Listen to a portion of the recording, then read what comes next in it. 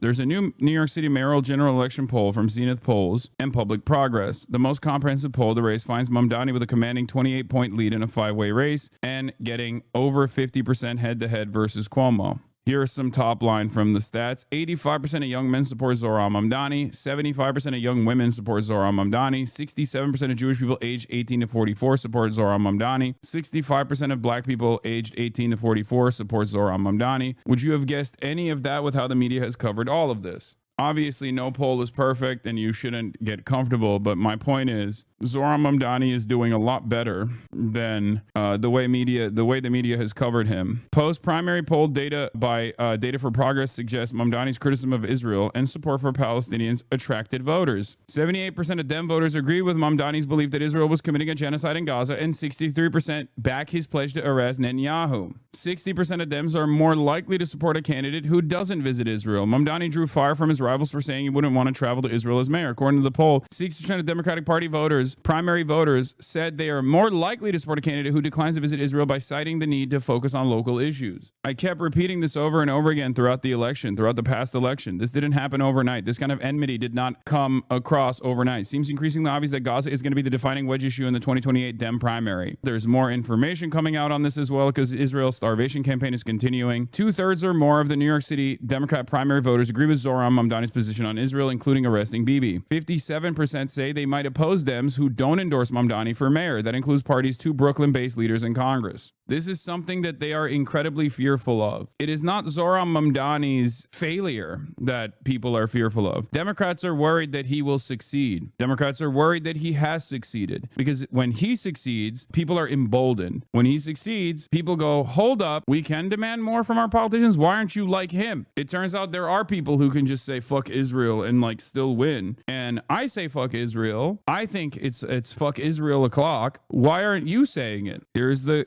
new Gallup poll on this as well.